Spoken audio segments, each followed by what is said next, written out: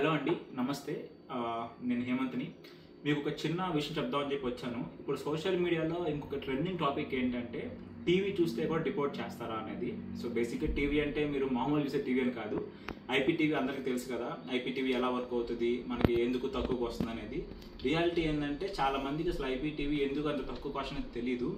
బేసిక్గా ఐపీటీవీ అనేది ఇల్లీగల్. అది నాకు తెలిసి 90% అందరికీ తెలుసు. కానీ అందరూ ఎందుకు వాడతారంటే చీప్ కాస్ట్ వస్తుంది కదా. ఎందుకంటే ఐబీటీవీ అనే వెబ్సైట్ అనేది మల్టిపుల్ ఆన్లైన్ స్ట్రీమింగ్ ప్లాట్ఫామ్స్ ఉన్నాయి కదా, లైక్ అమెజాన్ ప్రైమ్ వీడియో అయితేనేమి, నెట్ఫ్లిక్స్ అయితేనేమి, హులు అయితేనేమి, లేదంటే ఇంకా పీకాక్ అయితేనేమి, ఇట్లా మల్టిపుల్ వాటి నుంచి సంహౌ వాళ్ళు డేటా తీసుకొని వాళ్ళు మనకు చీప్గా అందిస్తున్నారు. అందుకని చెప్పేసి అందరూ విడిగా ఒక్కొక్క ప్లాట్ఫామ్కి పే చేసే బదులు అంత కంటెంట్ ఇక్కడే ఉంది కదా అని చెప్పేసి మనం తక్కువ అనుకుంటున్నాం. కానీ రియాలిటీ బిహైండ్ చాలా ఉంది, అది చాలా మంది తెలియదు. సో మేబీ చాలా మంది కొంతమంది తెలియక వాడతారు, కొంతమంది తక్కువ కాస్ట్ వాడతారు, ఇలా మల్టిపుల్ రీజన్స్ ఉన్నాయి. ఈ వీడియో స్పెసిఫికల్లీ ఇండియాలో ఉన్న ఇండియన్స్కే కాదు, especially America and UK and foreign countries అంటే ఆస్ట్రేలియా అయితేనేమి, కెనడా అయితేనేమి, especially student and workers. So మీరు చాలా జాగ్రత్తగా ఉండాలి. ఎందుకంటే రీసెంట్గా ఏమైందంటే ఇండియాలో అండ్ యూఎస్లో కూడా ఈ ఐపీటీవీ మీద చాలా క్రిమినల్ ఛార్జెస్ చాలా ఫైల్ చేశారు, కోర్టుల కేసులు నడుస్తున్నాయి. దీనివల్ల ఏమైందంటే వాళ్ళు మొత్తం డేటా ట్రాక్ చేస్తున్నారు. అంటే అసలు ఎంతమంది వాడుతున్నారు, ఎక్కడెక్కడ లొకేషన్స్ మొత్తం కూడా.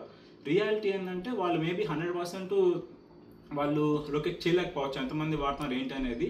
కానీ వాళ్ళు ఒకవేళ స్టార్ట్ చేస్తే ఆ డిపోర్టేషన్స్ మేబీ అట్లీస్ట్ ఒక 100-200 చేస్తారు ఖచ్చితంగా. 100 మంది 200 మెంబర్స్ అయినా సరే అందులో మీరుంటే దాని రీజన్ ఏంటంటే మీ తప్పు ఉన్నట్లే. ఎందుకంటే మీకు ఆల్రెడీ తెలుసు కదా ఐపీటీవీ అనేది ఇల్లీగల్ అని చెప్పేసి. సో ఒకవేళ ఇప్పుడు దాకా మీరు వాడుతున్నట్లయితే దయచేసి ఆపేయండి.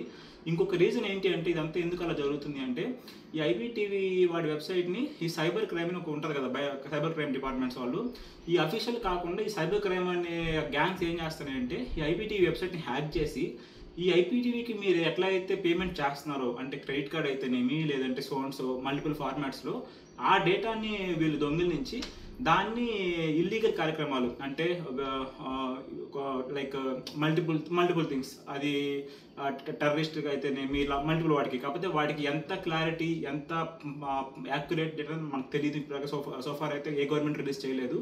సో వాళ్ళకి ఉపయోగిస్తున్నారు. సో బేసిక్గా అది తప్పు కదా. సో మీకే తెలియకుండా మీరు ఇలాంటి ఇల్లీగల్ వాటికి మీరే ప్రోత్సహించినట్టు.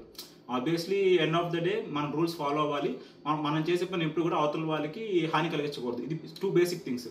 సో ఫార్ ఇది అయితే రీజన్. కానీ ఇప్పటిదాకా అయితే అఫీషియల్గా అయితే నేను చేసిన రీసెర్చ్లో అయితే నేను ఎక్కడ వినలేదు సో పీపుల్ రిపోర్ట్ అయ్యారని చెప్పేసి. కానీ బ్యాక్ ఎండ్లో అయితే నడుస్తుందని తెలుసు ఆపరేషన్ అనేది.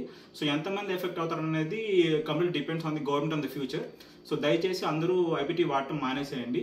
This my humble request. Please, thank you.